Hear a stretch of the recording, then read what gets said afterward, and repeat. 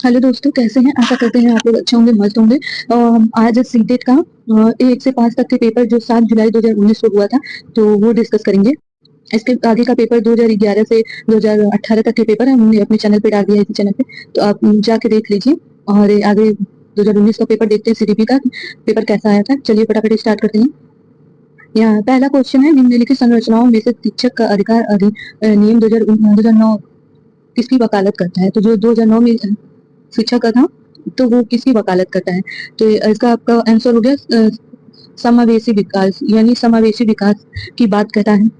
सब समावेशी शिक्षा, इंक्लूसिव एजुकेशन के बारे में बात करता है 2009 में। एकदम 2000 सारे बच्चों को एक साथ रखे, इंक्लूसिव एजुकेशन का विकास करना। आगे देखते हैं दूसरा नंबर। यह विचार है कि सभी बच्चों को एक नियमित विद्यालय व्यवस्था में समान शिक्षा प्रदान करने का अधिकार। तो वही ये समावेशी, देखिए एक ही पेपर में 2 क्वेश्चन एक ही जगह से पूछ लिया, तो ये समावेशी शिक्षा से है कि हर तरह के बच्चे बैठ के शिक्षा ग्रहण करें। आगे देखते हैं तीसरा नंबर क्वेश्चन। एक शिक्षक को चाहिए कि, तो एक शिक्षक को विद्यालय में रह के क्या करना चाहिए? तो यह संप्रेषण, तीसरा सही होगा इसमें। यह यह संप्रेषित करे कि वह कक्षा में सभी संसाधनों का सम्मान, सभी संस्कृति को सम्मान करता है और एक महत्व देता है, मतलब सभी संस्कृतियों का सम्मान करना है और महत्व देना है। ये चीजें होनी चाहिए एक शिक्षक के अंदर। एक्सप्लेनेशन बहुत बड़ा है, तो आप देख लीजिएगा, बाकी सर वो वीडियो बहुत लंबी हो जाएगी और उनको बहुत ज्यादा कवर करनी होगी। तो चौथा क्वेश्चन देखते हैं। बच्चे प्रभावी रूप से सीखते हैं, तो बच्चे प्रभावी रूप से सीखते हुए विभिन्न गतिविधियों और कार्यों में सक्रिय रहते, विभिन्न गतिविधियों और कार्यों में सक्रिय रहते ही बच्चा सीखता है। पांचवा नंबर क्वेश्चन देखते हैं।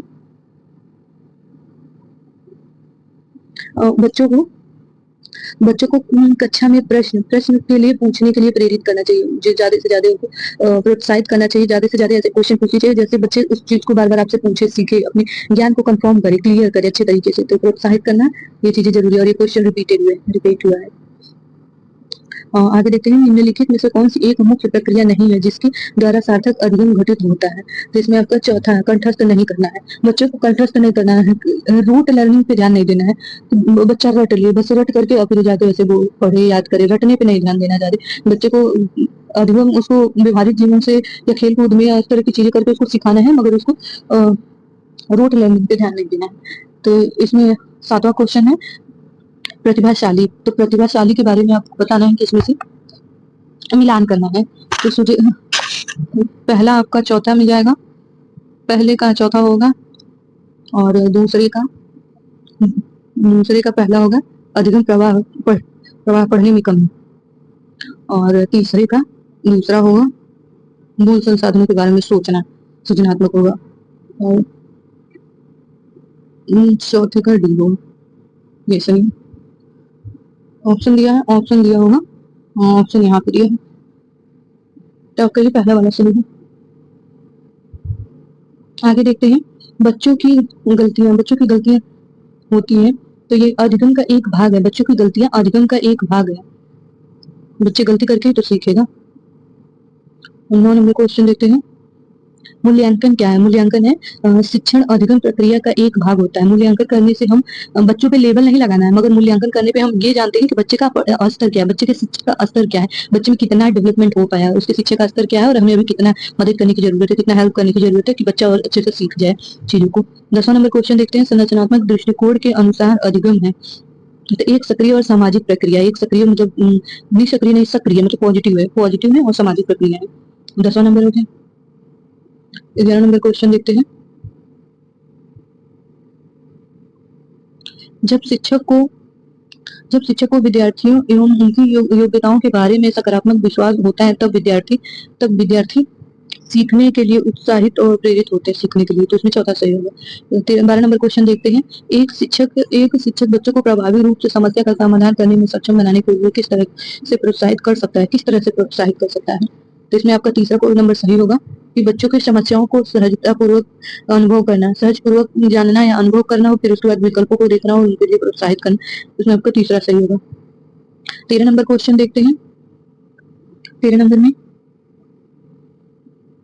वह विधियां जिनके प्रयोग में विद्यार्थियों की स्व पहल एवं प्रयास शामिल होते हैं। निम्नलिखित में से इसका उदाहरण है, निम्नलिखित में से इसका उदाहरण, तो उसमें दूसरा सही होगा अपना अधिगम और केंद्र विधि का। आगे देखते हैं क्वेश्चन, 14 नंबर क्वेश्चन देखते हैं। नीचे लिखी हुई स्थिति किस सिद्धांत को दर्शाती है? तो यहाँ एक कथन दिया है, जो विद्यार्थी अच्छा प्रदर्शन नहीं कर पाते, वे महसूस करते हैं कि वे पर्याप्त रूप से अच्छे नहीं और हतोत्साहित महसूस करते हैं, तब उनमें बिना प्रयास के कार्य को आसानी से छोड़ देने की भावना होती है। तो ये आपका इसका कोई डी इसका सही होगा चौथा। संज्ञान और संवेग अलग नहीं होता है, वो जान नहीं पाते हैं। जैसे संवेग और मतलब उनका इमोशनल टच जो होता है, वो चीजें वो जान नहीं पाते हैं कि इमोशनली है या फिर मेहनत करने की चीजें ठीक हो जाएगी। वो बस अपने आप को कोसने लगते हैं, तो इसलिए संज्ञान और संवेग को अलग नहीं कर पाते, उसमें इमोशनल हो जाते हैं, इसलिए वो चीजों को जान नहीं पाते हैं। 15 नंबर क्वेश्चन देखते हैं, निम्नलिखित में से कौन प्राथमिक सामाजिकरण माध्यम है? तो प्राथमिक हमेशा परिवार होगा, हमेशा प्राथमिक हमेशा परिवार होगा, सेकेंडरी हमेशा मीडिया और विद्यालय होगा, पड़ोसी होंगे, मीडिया होगा, विद्यालय होगा, हमेशा सेकेंडरी में जाएगा। पर हमेशा रिश्तेदार हुआ, परिवार हुआ, माता पिता हुए, तो हमेशा प्रथम आएंगे, प्राथमिक में रखा जाएगा। 16 नंबर क्वेश्चन देखते हैं, जीन पियाजे के सिद्धांत का मुख्य प्रस्ताव है कि तो इनका तीसरा सही होगा। बच्चों की सोच गुणवत्ता रूप से वयस्क से भिन्न होती है, बच्चों की सोच गुणात्मक रूप से भिन्न होती है। आगे देखते हैं, इसमें देखते हैं यहाँ जेंडर क्या है? तो एक सामाजिक प्रक्रिया है, एक सामाजिक संरचना है जेंडर। 18 नंबर क्वेश्चन देखते हैं, निम्नलिखित में से कौन विकास के व्यापक आयामों की सही पहचान करता है? तो इसमें होगा शारीरिक, संवेगात्मक, सामाजिक और संवेगात्मक। ये संज्ञानात्मक है, संवेगात्मक है, ध्यान रहे यही प्रोसेस होता है, अकॉर्डिंग वही होता है। बुद्धि के बारे में निम्नलिखित में से कौन सा कथन सही है बुद्धि के बारे में? तो इसमें बुद्धि एक आयामी है, जिसमें बुद्धि परीक्षण के द्वारा पूर्ण रूप से ये न की जाने वाली कई इकाइयों को शामिल किया जाता है। तो इसमें आपका तीसरा सही होगा, इसमें आपको तीसरा सही होगा। आगे देखते हैं 20वां नंबर क्वेश्चन, प्रगतिशील शिक्षा में बच्चों की किस तरह से देखा जाता है? बच्चों को किस तरह से देखा जाता है? तो प्रगतिशील शिक्षा में, तो इसमें आपका दूसरा क्वेश्चन सक्रिय अन्वेषण के रूप में देखा जाता है। 21 नंबर क्वेश्चन देखते हैं,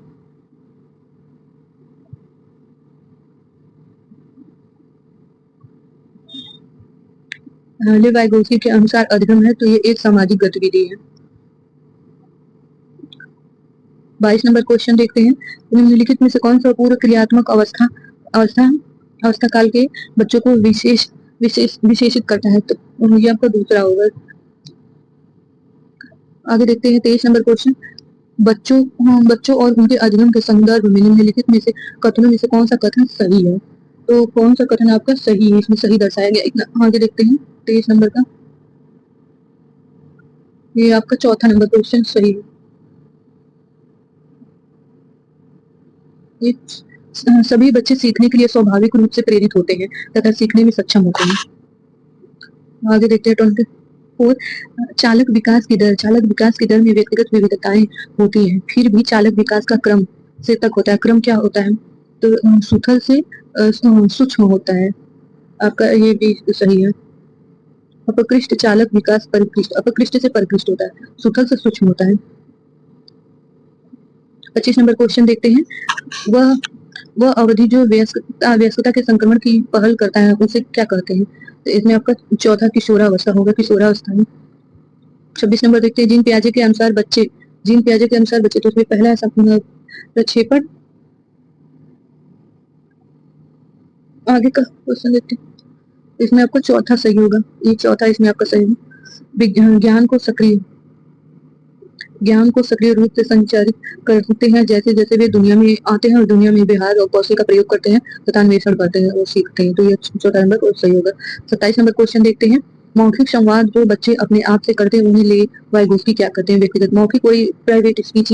2018 में भी ये क्वेश्चन रिपीट है, 2017 में पेपर नहीं हुआ था, 2018 में हुआ था, 2019 में, तो ये क्वेश्चन रिपीट हुआ है। बच्चे जो बोल बोल के बातें करते हैं वो प्राइवेट स्पीच होता है, ले वाइगोत्स्की के अनुसार, प्राइवेट स्पीच।